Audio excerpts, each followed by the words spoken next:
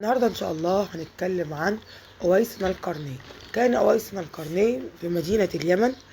أويس بن القرني الرسول قال عنه إن هو من أهل الجنة، مع إنه ما كانش ساعتها أويس لسه أسلم، ولكن الرسول عليه الصلاة والسلام طبعا ما ينطق عن الهوى إن هو إلا وحي يوحى.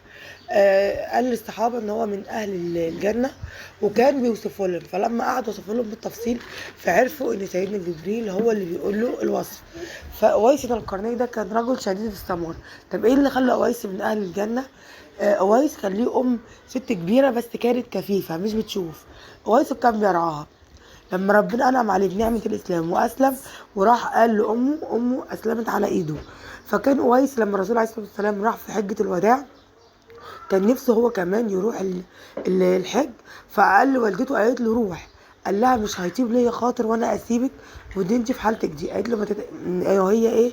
ان هي ما بتشوفش. فقالت له ما تقلقش. قال لها لا مش هيطيب ليا خاطر، ما رضاش يروح وقعد. وفضلت اعوام عديده امه تتحايل عليه وتصر عليه يروح، وهو يرفض عشان ما يسيبش امه تروح لوحدها.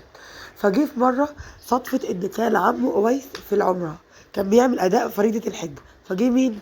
عمر بن الخطاب، كان ساعتها امير المؤمنين. فسأل الناس، قال لهم اهل اليمن يقفوا على جنب. راحوا واقفين.